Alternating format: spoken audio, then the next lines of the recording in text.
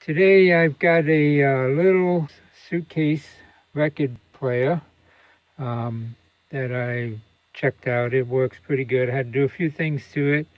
Cases got a little bit of wear, but all in all, it's kind of interesting, kind of cute. It's like a jeans design, and there's a rainbow in the lid.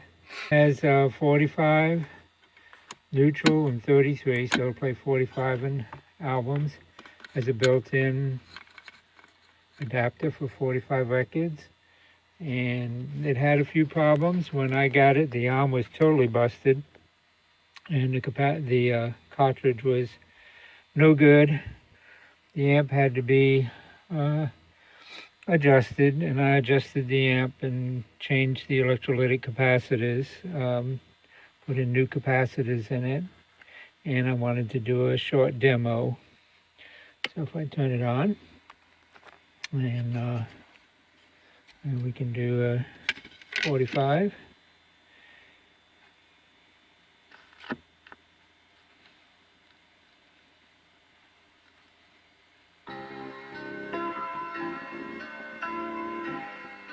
I was quite impressed with the sound this little unit has for being such a small unit. It has a very good amp. You hear how clear that is. No noise. This 45 is scratched a little, but there's no noise between the music. Got good volume. Skip ahead a little.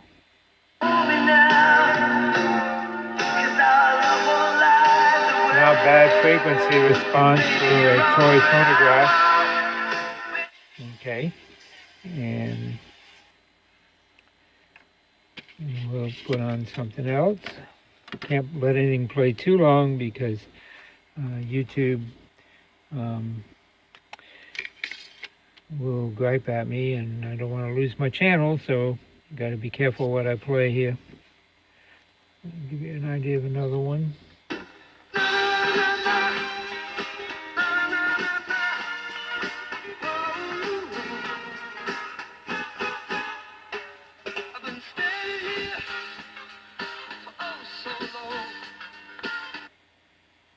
Okay. Like I said, these records are in bad shape. Okay, this is a little bit different style of music. Again, you hear how quiet the background is.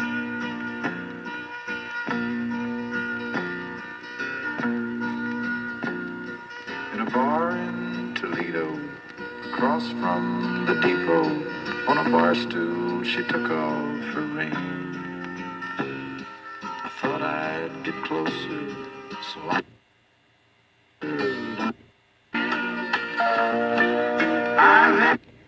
So again, it sounds pretty good. Let's try another one. This is an old record. Get an idea what it sounds like on a old 45. I took my troubles down to Madame Rue.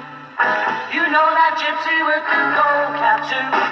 She's got a pad and a petticoat and vine, selling little bottles of love potion number 9. Missing everything inside, but when I kissed the cow down a petticoat and vine, he broke my little bottle of love potion number 9. Okay, so that's another one. Here's another style of music that I can probably play a little longer because I don't think the copyright police will come after me. You know, make sure you don't record these songs as I'm demoing them. I know it's such a temptation from this little toy record player, but you know, that is copyright infringement, and you don't want to do that. So that's why I talk through some of the music, so you won't be tempted to record it.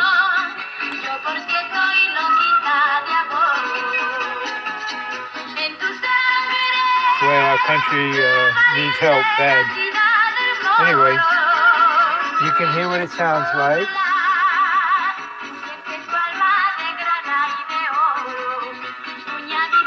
What I did, there was the little tab on the phonograph arm here, the record player arm, lower that a little bit, was broken off.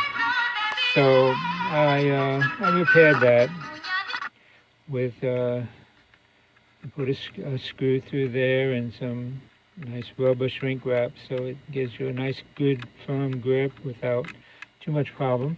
The original arm lock works fine, so you can transport it with the arm locked.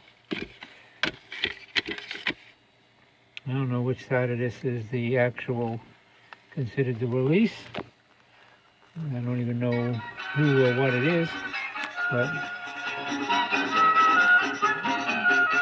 you can hear the frequency response on the high end is really well.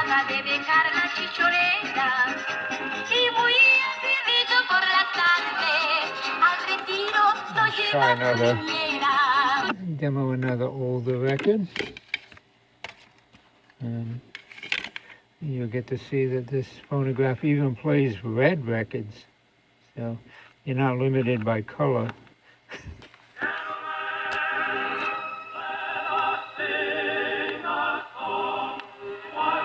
Now this is a very old 45, probably one of the first ones era to create them. I would imagine that's a early 50s phonograph record. I can't quite read what it says.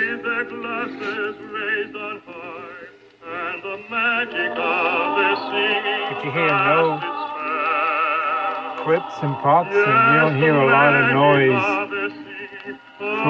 for an inexpensive kid's phonograph.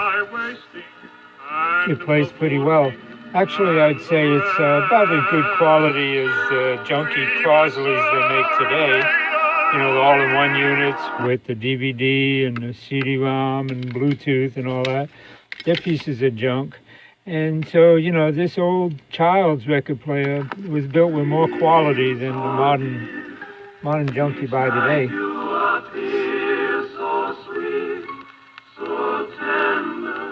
You hear a little bit of record noise in there. Like I said, this is a very old 45.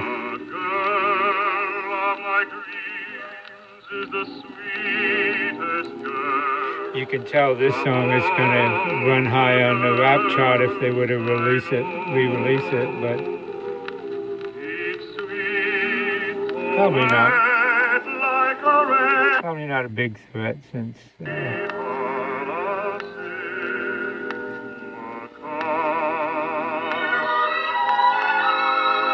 can hear that scratch on that record there. But what a frequency response for a toy record player. It's just amazing. And the volume is pretty good too. Let's see what else we got here. About a more modern song. Modern being 40-something years old.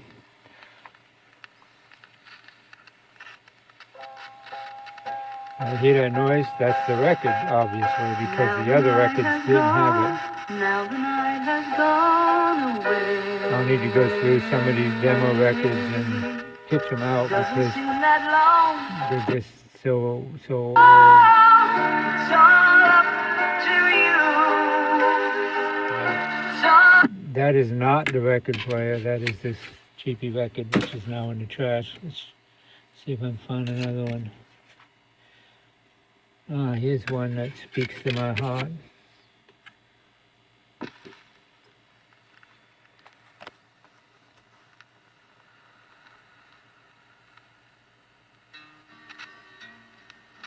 Back a few months ago, I was headlining at a great big nightclub.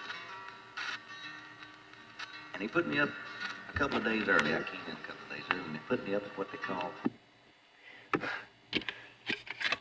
Okay, so you get the idea.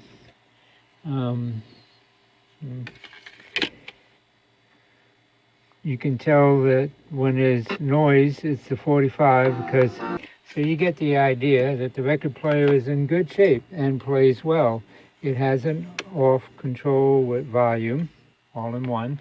Like I said, it has the 45 spindle, and it'll play 33s.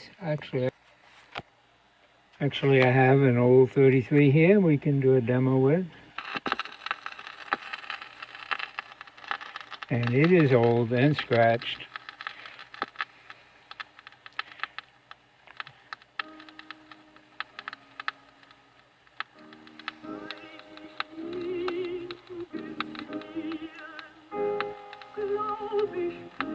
See if we can find something.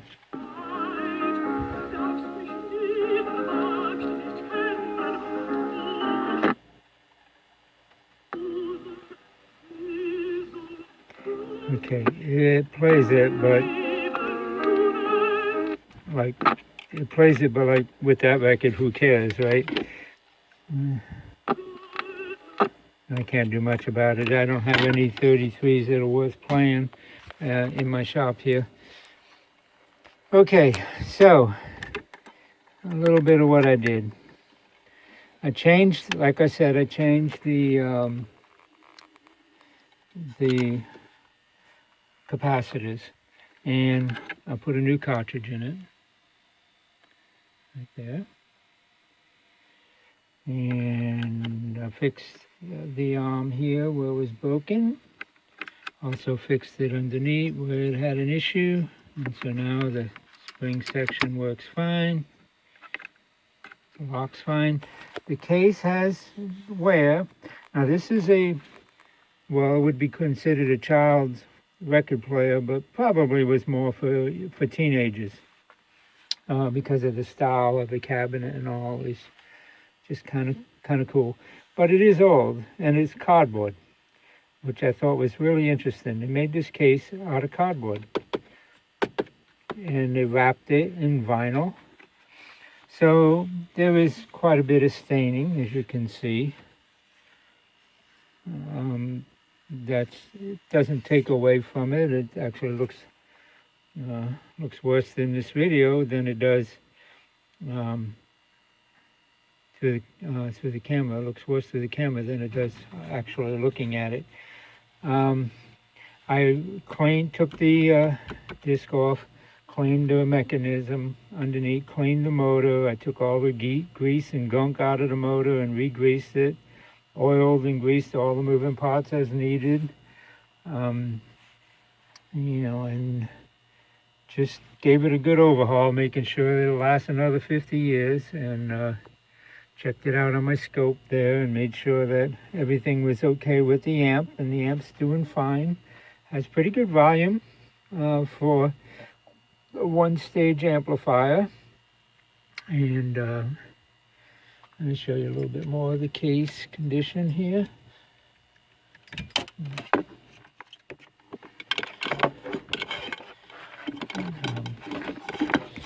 Okay, so I got the case closed. Like I said, has some wear here. Looked like somebody had tried to find something to mark it that matched or something, or it got paint on it. I don't know which, but looks like ink. And it is wore down in a spot here and here and here, down through the paint to the actual cardboard. So you can see it is cardboard underneath there. You could probably get something in this color scheme and touch that up and hide it pretty well, but I've got a lot of time in it, so I'm not going to go about trying to do that. Some things are better left to the new owner.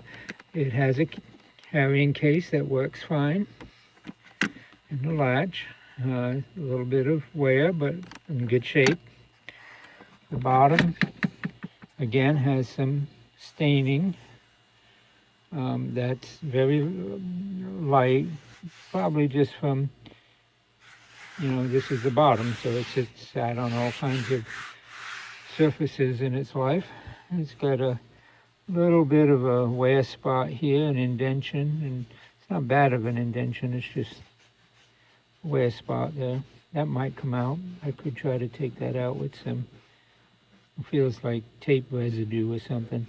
Might be able to take that out with a little bit of rubbing alcohol. Has some more information in the back. You know, general, don't mess around with it unless you know what you're doing, warning. It is made in USA. And it's 120 volts, 60 hertz, so 45 watts, which is just pretty standard. And it is a listed phonograph style 652D. Was made by DJ Corp, Holbrook, Massachusetts,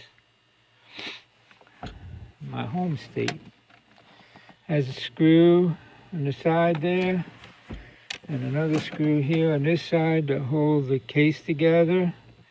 A strange design. They actually had security screws in there, which were worn out. I replaced them with more modern screws.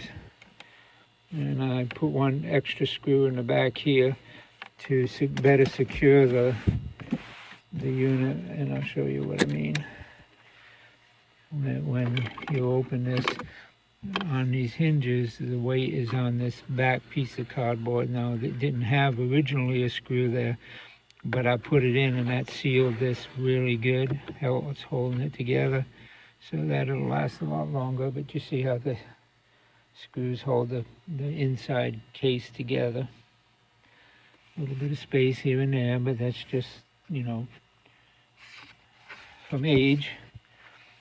But before that, you can just put the cord in like that. It doesn't have to be wrapped in any particular way, but you don't want it on the platter because it lifts it up too high for the lid.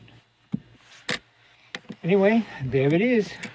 And I might as well show you the measurements. Let's see. This is a 15-inch ruler.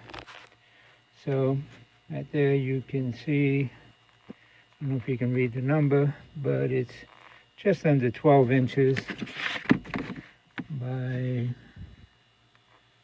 I don't know, 5 and 6, no, that's 9, upside down. 9, almost 9.5 inches by about 4, almost 4, 3 3/4. So it's a pretty good unit.